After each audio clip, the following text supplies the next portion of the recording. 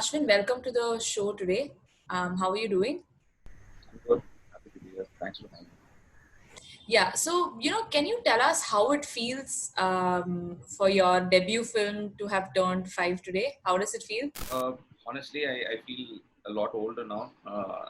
Suddenly, people come to you and say that your film it's been 5 years since the film released, and you just start wondering where did all time go? And yeah, it's nostalgic in a few ways for me.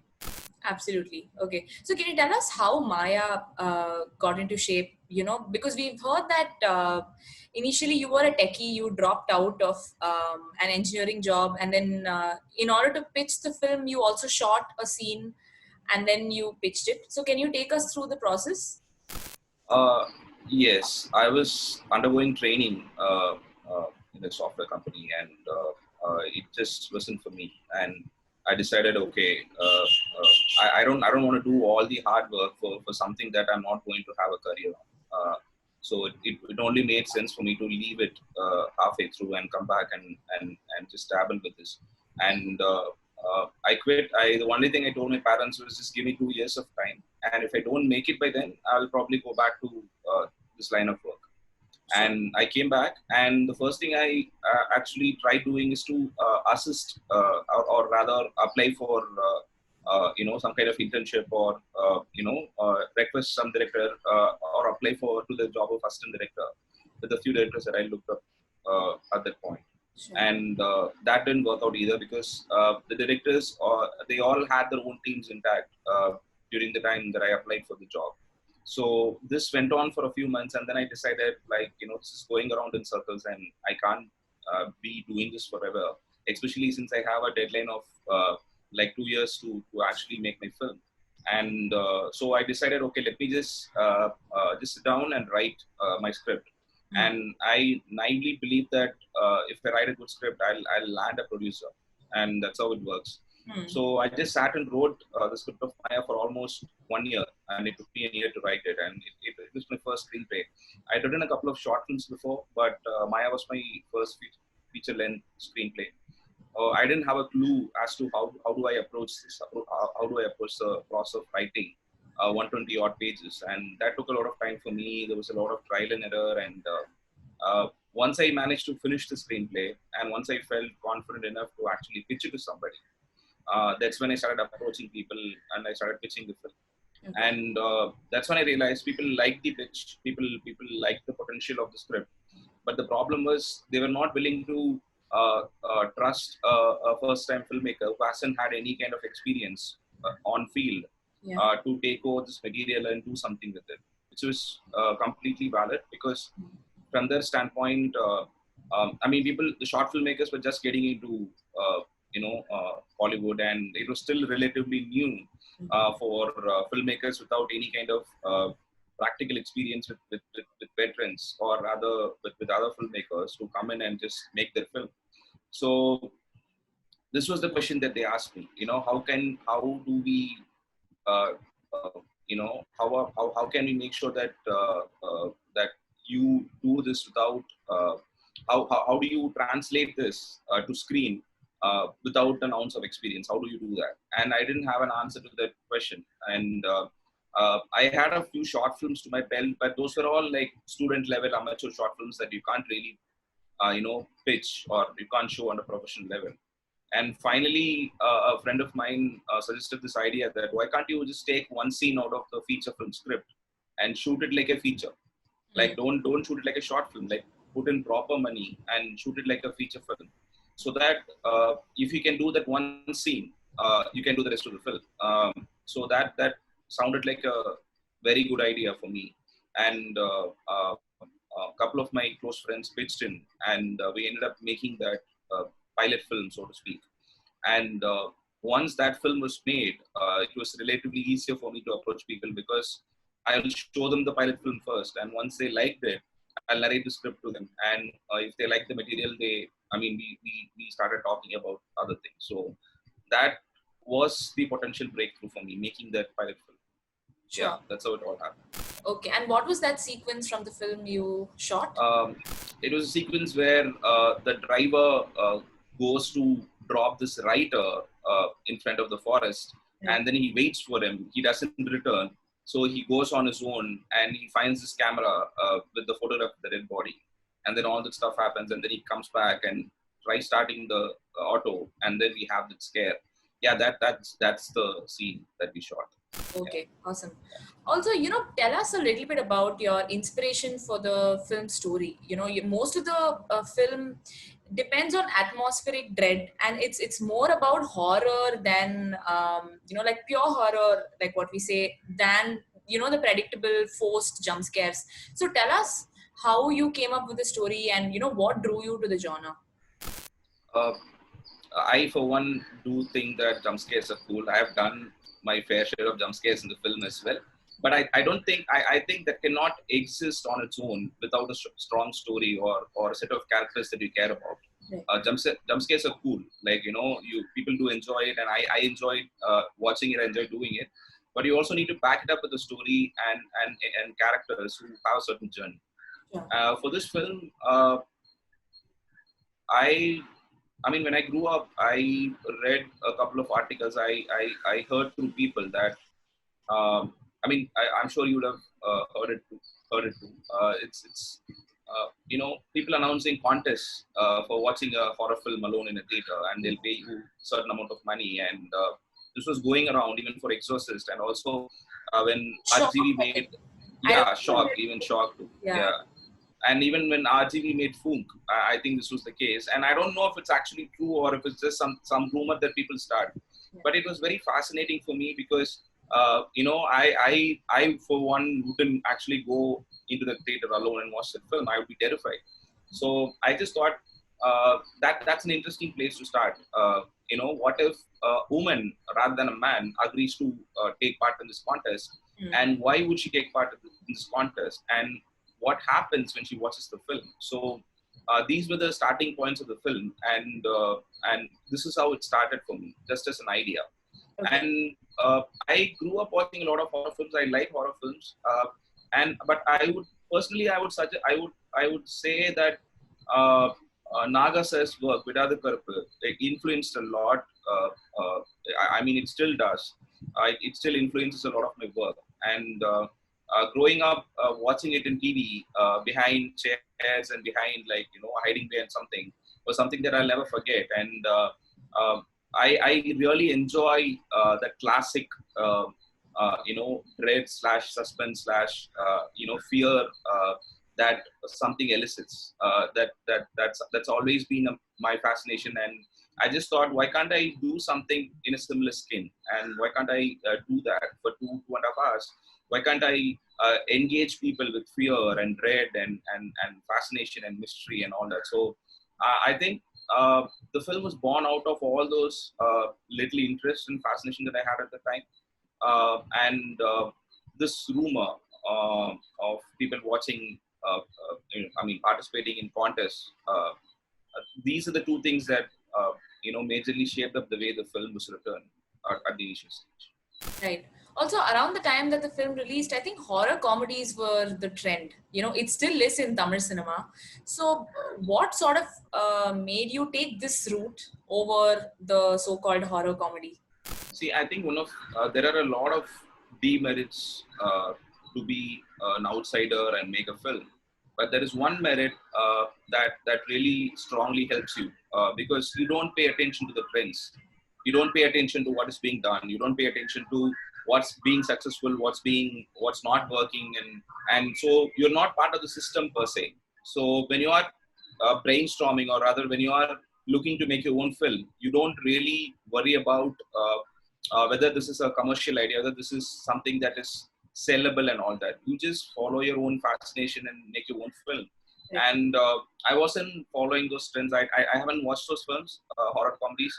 So for me, it came from a place of interest and passion, rather than let's make a safe film, or let's make a film which the audiences are more likely to like and accept.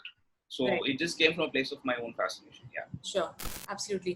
Also, the film went on to do really well, in terms of performance and also in terms of the fear it elicits, like spoke about. So, but was there ever a fear that you were sort of attempting to do like a pure horror in the film, which is based completely on performances and the narrative more than the scare. So, was there ever a fear of the audiences accepting a film like this, especially because this was your first film?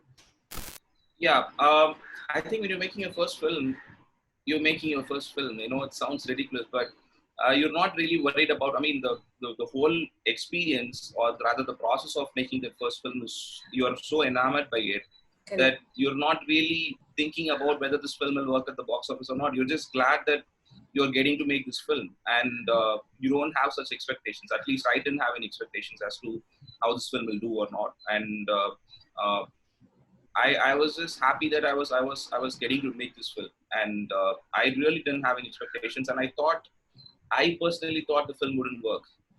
It was just I wasn't coming from a place of fear. I just thought it was a weird little film that people might not enjoy. I just thought, okay, I'm not making a film, and there are no songs in the film. Since there are no songs in the traditional sense, there's no comedy in the film. There's no romance in the film, and I'm mentioning these elements because people usually associate entertainer with all these elements, and Correct. the only thing the film does have is or the scares, or rather the fear factor. So I was wondering if people will be willing to watch this for like 150 minutes without actually being bored by it, and yeah, those were there, but I think uh, I wasn't really thinking about in terms of whether the film will be accepted or whether the film will do well. I wasn't thinking on those terms at all. I was just focusing on the process, and I just want to get the film made. I want to just make the best version of the film as possible. Sure. Let us speak a little bit about Nayanthara in the film. I mean, apart from, the name that she has, she was also spoken about for her performance in the film. So, can you tell us what she brought to the character uh, in Maya? Um, I think um, she's one of those actors who's vastly experienced. Like she's worked with uh, a lot of directors, a lot of actors. She has seen a lot of sets, and the experience of working in so many films naturally, um, it puts her in a position where you don't have to give her a lot of instructions or directions. Yeah. Once you explain the scene to her, she gets it. You don't have to actually go repeatedly tell her this is what I want and all that. She picks up all the nuances rather quickly, and it makes your job incredibly easier. And uh, I I went and met her and narrated her the script, and that was it.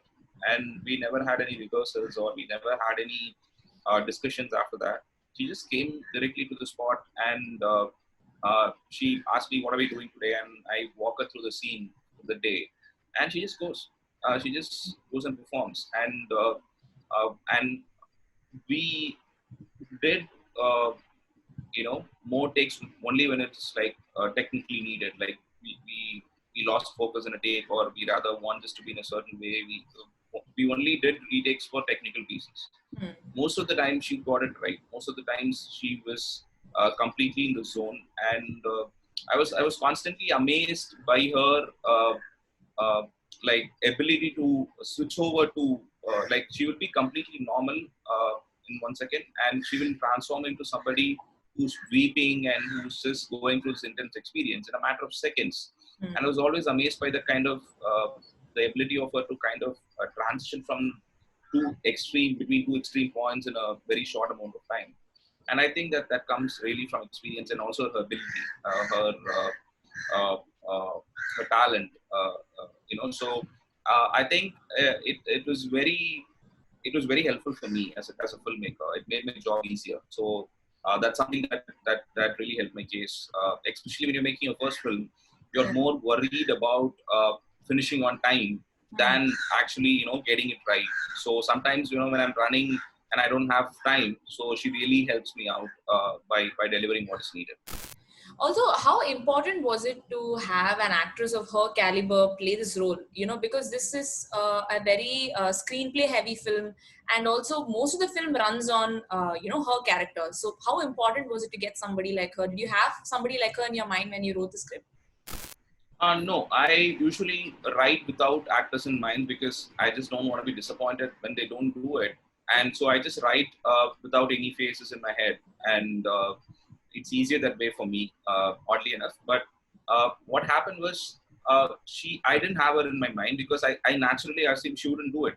I naturally assumed that she wouldn't do the role of a mother and she wouldn't do a film like this. It's just, I mean, I don't know, as a filmmaker, you don't want to get your hopes up. So I naturally thought, okay, let me not approach her.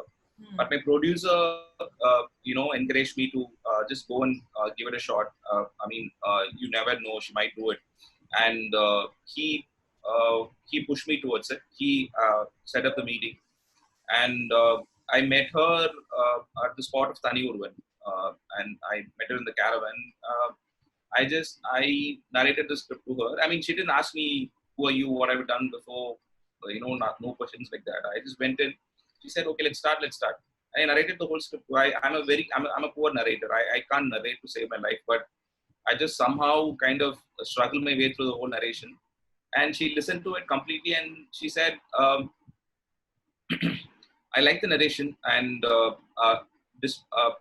I mean, even if I don't do the film, I still think the film will do well. She said it doesn't matter if a star does it or not, the film will still do well. And I thought she was just being nice, and it's just a polite way of saying that I'm not doing this film. So I said, thank you for listening to me, and I left. And 3 days later, I got a call saying that she's doing the film, which was a big surprise for me. And yeah, that's how it started. Okay, sure.